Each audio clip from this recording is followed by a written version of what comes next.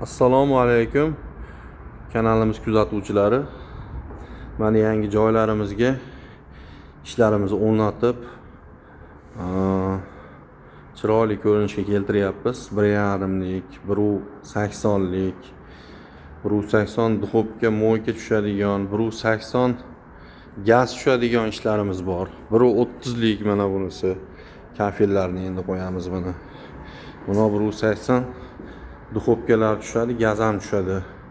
Tumbichkalarimiz, 1,40lik ishlarimiz. Xo'p, kattaroq ishlarimizdan 280lik ishlarimiz mana. Bunisi 4 metrli mana. 4 metrli plafonli akril pod zakaz ishlarimiz. Xo'p.